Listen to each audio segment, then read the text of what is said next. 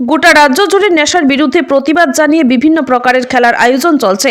একই রকম ভাবে দক্ষিণ জেলা ভিত্তিক ফুটবল টুর্নামেন্টে চ্যাম্পিয়নের শিরোপা লাভ করেছে ঋষমুখ আরডি ব্লক। টানটান উত্তেজনাপূর্ণ ফাইনাল খেলার 90 মিনিট কোনো দল গোল করতে পারেনি। বিকেআই মাঠের এই ফুটবল ম্যাচে পরবর্তী 10 মিনিটও কোনো গোল না হলে অবশেষে ট্রাইব্রেকার ঋষমুখ 2 গোলে জয়ী হয়। পূর্ব ঘোষণা অনুযায়ী চ্যাম্পিয়ন দলের হাতে 70,000 টাকার চেক এবং রানার দলের হাতে 50,000 টাকার চেক তুলে দেওয়া হয়। এখানে উল্লেখ করা প্রয়োজন, দক্ষিণ জেলা প্রশাসনের উদ্যোগে বিগত 1 মাস ব্যাপী জেলাভিত্তিক এই ফুটবল টুর্নামেন্ট ব্যাপক সাড়া তৈরি করেছে।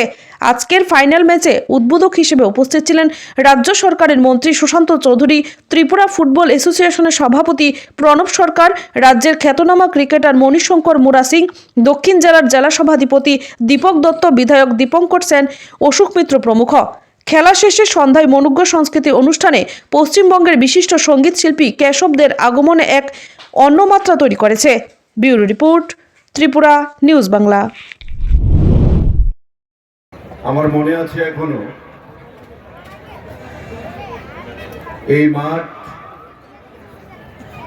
যা একটা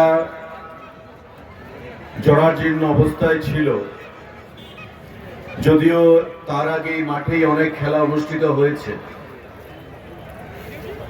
কিন্তু আমাদের সরকার যখন গঠিত হলো, ক্রীড়া দপ্তরের উদ্যোগে এই মাঠকে সিনথেটিক টার্ফে পরিণত করা হয় এবং আমার হাত ধরেই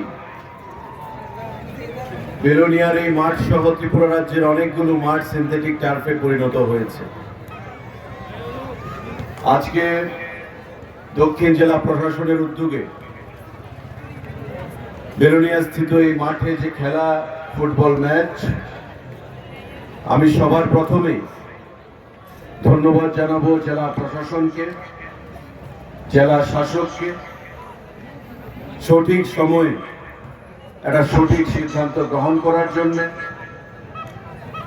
এবং এই জেলার ব্লকের যুবকদেরকে নেশার বিরুদ্ধে আরো উৎসাহ প্রদান করার জন্য।